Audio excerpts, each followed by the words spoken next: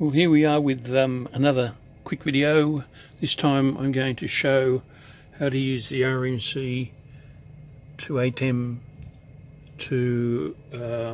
while using an Rmc260 control panel, and we're going to be using these two knobs here, and without the dust, to control the ATEM's CCU, and you can actually program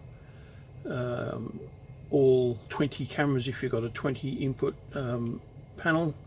I've only got a 16 input older 2ME here, but with the later versions, the 4K, you can have 20 cameras on that. Just a lot of cameras to be trying to control at the same time.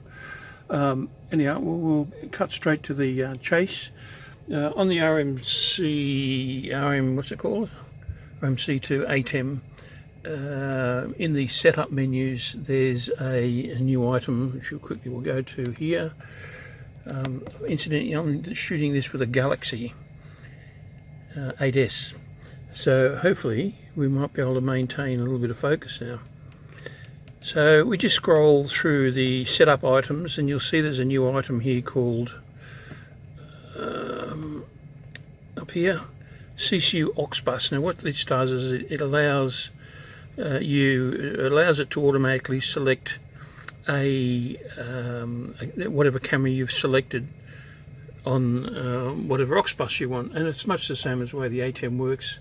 If you as you click on the cameras here, and here I have the aux bus up here, you can see I'm switching between the different cameras on the aux bus, and they follow when you're doing adjustments over here. And the same thing will apply with here on the ATEM. You can go to settings, and you'll see there's a setting here. Yes, I can zoom in without worrying about it dropping out of focus. You can see I've selected aux1 as to be the main control, and if I actually go and it's hard doing this one-handed, go over here and you have a look on the aux bus, you see it's telling you that it's camera 3 selected, because at the moment that's what we've got selected down here. We go and select camera 2, you'll see it's selected camera 2. Now that's all part of the ATEM functions, but when you're using the Rmc2Atem, we have the ability to be able to go in and change this to whatever aux bus we want. Now the way it works is that that's the item we want, so we're just going to hit the enter button, and you'll see it's saying it's currently aux1, and if I just turn the knob, we can make it whatever we want.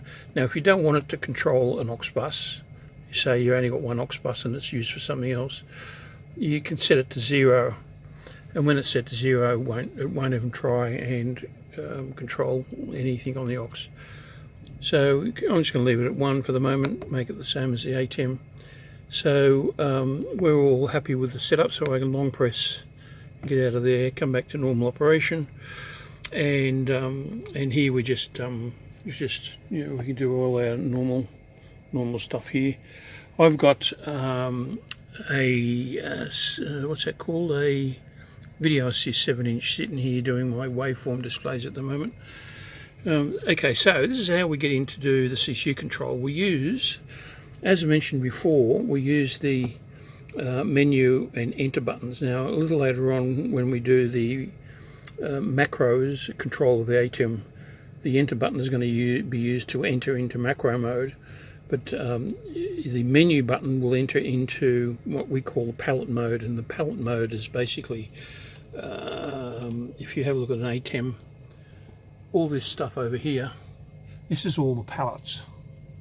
As you can see there, it says palettes, and so subsequently that's on the Rmc2Atem, it's called the palettes as well. So if we push the menu button, you see it says menu down there, menu, we push the menu button down, you'll see it'll go over and start showing us all the menu items. They're pretty much in the same order as what's on the ATEM, but there's obviously some here that don't exist on the ATEM.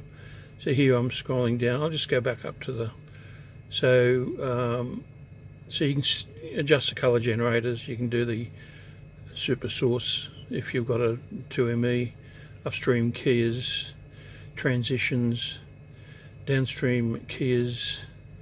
You can do the fade to black setups. You can also set any aux bus to any source that you want. And this is irrelevant to the CCU control. We will be doing, I haven't written this yet, the software to control the media players and to control the hyperdeck. But the next item is the CCU control. And you see it goes, when it first starts off, it goes to whatever the last input that I was controlling. And this was only just powered up, so it's just sitting on the first input. Well, one thing I haven't shown you, if I'll just give you a picture here while I just open it up. What do I want? I want this one here.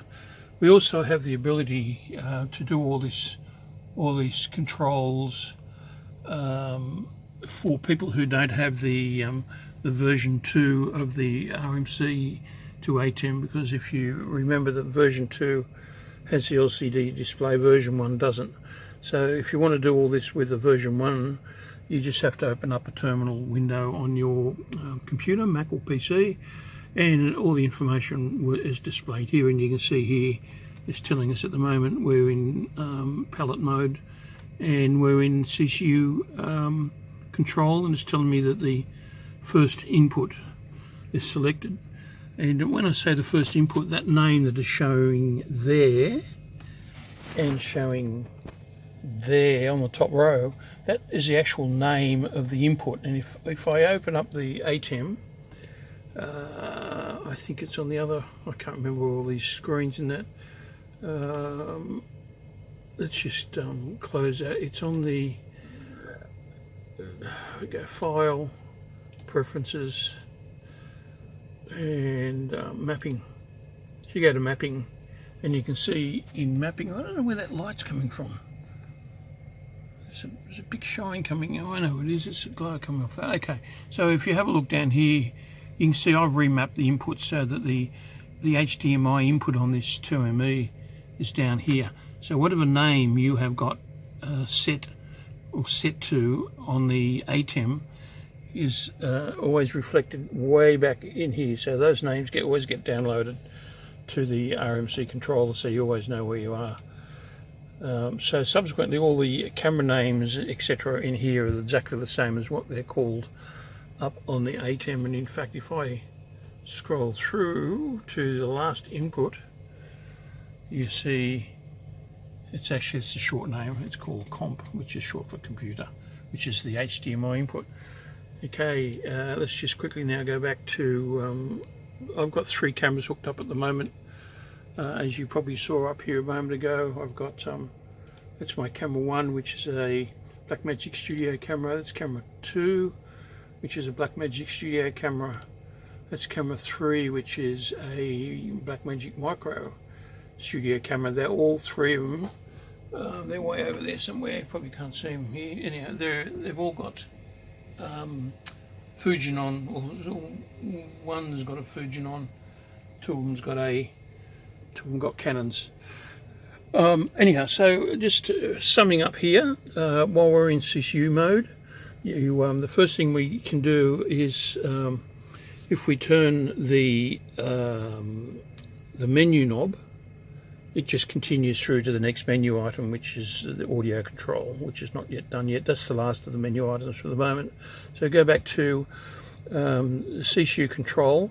Now, without actually hitting any button, we can now turn the enter knob, which is the one next to the menu. Turn the enter knob, and that actually then will start to scroll through the different sources. And these, again, these names are used up here, the names that are actually used on the ATEM. And of course we can scroll all the way through. Now each camera you select, or each source that you select, it's going to show you whatever the last value that was adjusted. And in this case it always defaults to iris, because in most cases they're the only things you're really going to be quickly wanting to go to during a show. And as you can see, this goes only up to 15 because that's the sources. It's got 16 inputs, which is cameras 1 to 15 and the computer input that I mentioned a moment ago. So we go to the very first, and you'll see that says computer. But we go to the cameras, and again I've got these mapped accordingly so that they are selecting the correct camera that's connected to the ATEM. Now you probably can't see it here, but as I'm selecting between these cameras, you'll see it's also changing the aux bus. So this is me scrolling through. So without actually, we're still in the palette mode, and we're still, you can see that I can still scroll using the menu button back to the different items. But we come back to the camera, so this issue mode, and you can see it's on the last source selected, which was camera 1. So now, if I now want to change a value for camera 1, I can then press the enter button, pressing the enter button, and you'll see now over here there's a little flashy thing happening. It's not an asterisk. An asterisk always indicates that we're adjusting. Here we're still selecting, but it's indicating we're selecting. So now as I turn the enter knob, you'll see all the different adjustments that you can control.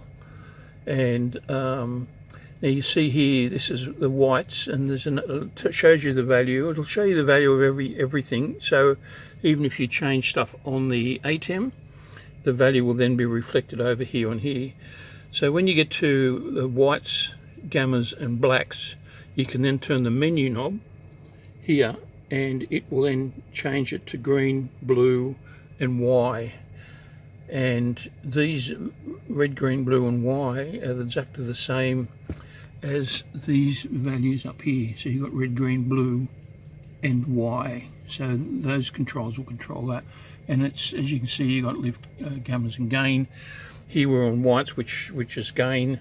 If I turn the enter knob now, we can go to gammas, and again we can use the menu knob to change between the red, green, blue and Y. And of course we can then go to the blacks, and we can again pick the red, green, blue and Y. The next item you can see here, we can control the zoom of the camera. That's if the camera's got a lens that is zoom controllable. If you're using my lens interface boxes with the zoom control, you can control the zooms. You can turn the knob the other way. You can adjust the focus, and again these values are all values that are coming from the ATEM. Contrast. Now these next lot of menu items, if you remember on your control panel, you if you expand that out, you actually got some adjustments down here: contrast, hue, saturation, and that's your RGB Y mix. And then you've got your colour wheels, which are always over there anyhow. So they're the extra adjustments that you can do.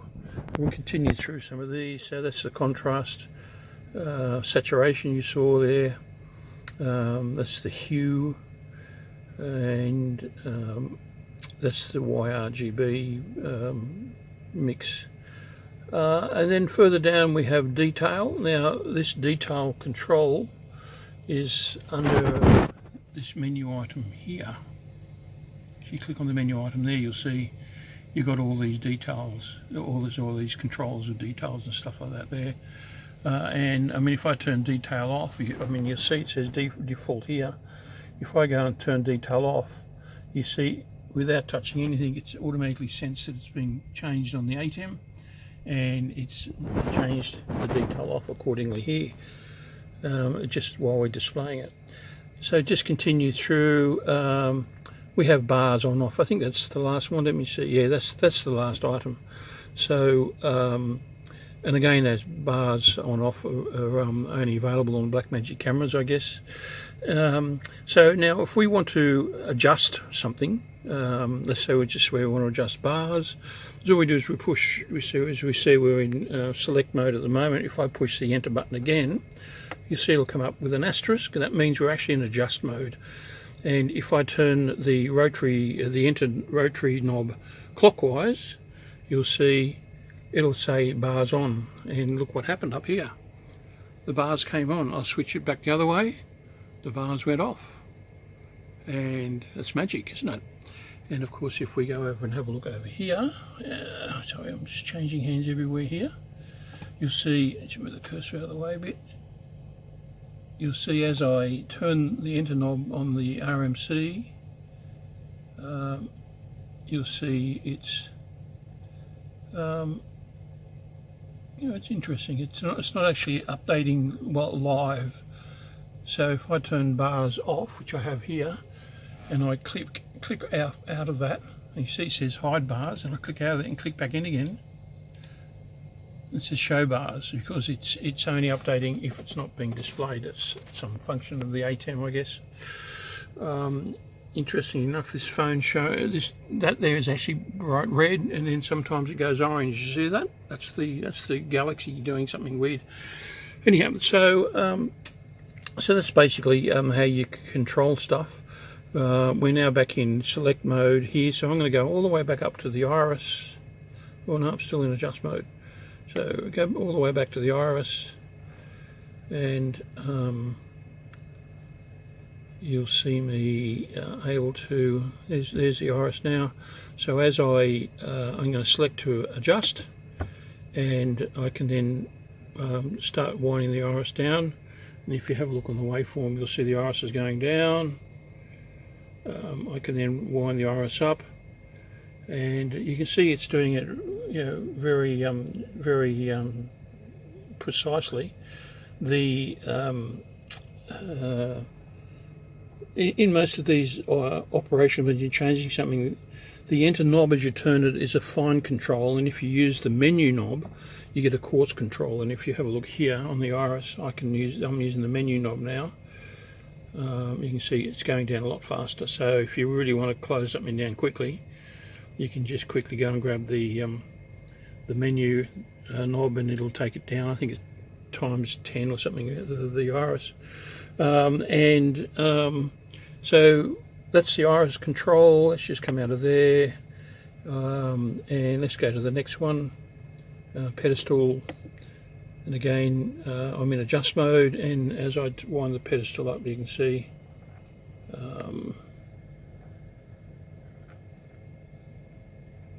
yeah, well, there you go. That's all the controls. Just weirdly changing all the controls there, just some of these things like the gain switch. If we gain, we can look over here. You see here I am turning the gain. So these cameras have only got the 4 gain settings, which is all that's available on there. So that's me changing the gain. Oh, I've got to go and readjust my blacks. Basically that's how it all works. Another little interesting thing here, let's just come out of adjust mode. If you're in like paint control here, say, you can, let's say we want to start adjusting the reds. The value that's shown is the value that's coming back out of the ATEM, and at any time you want to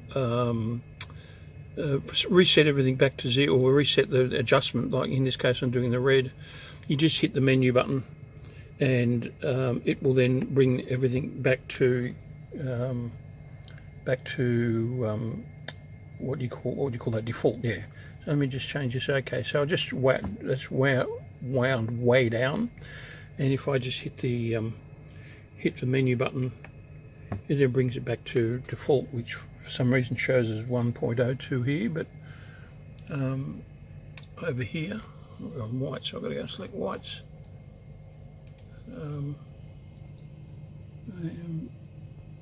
Whites. Oh, okay, that's gain.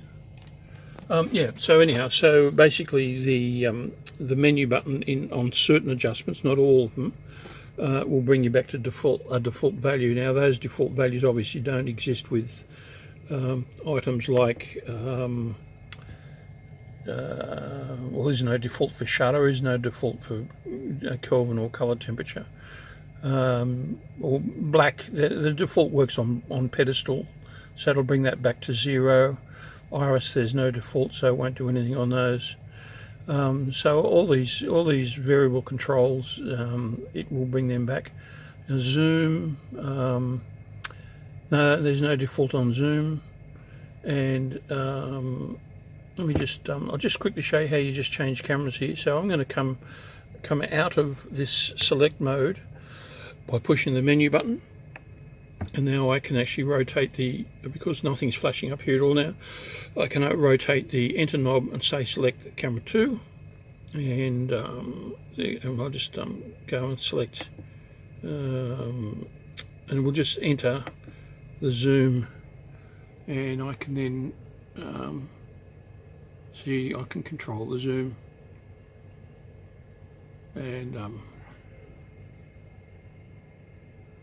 and zooming in, zooming out, and of course you can do the same with the focus as well. And it'll show you the last value, the last speed used, because they're a bit wacky with the way they control zooms on these. Anyhow, I've just hit the 21-minute mark. I'm going to bail now. So to come out of there altogether, we're just going to hit come out the adjust mode or the select mode, and then we can then rotate and come out and go back to normal operation. And incidentally, while all that's being adjusted, you can also continue to use the panel. Anyhow, that's it for me, and I'll be doing another video shortly on a new way to use a micro studio camera. Stay tuned.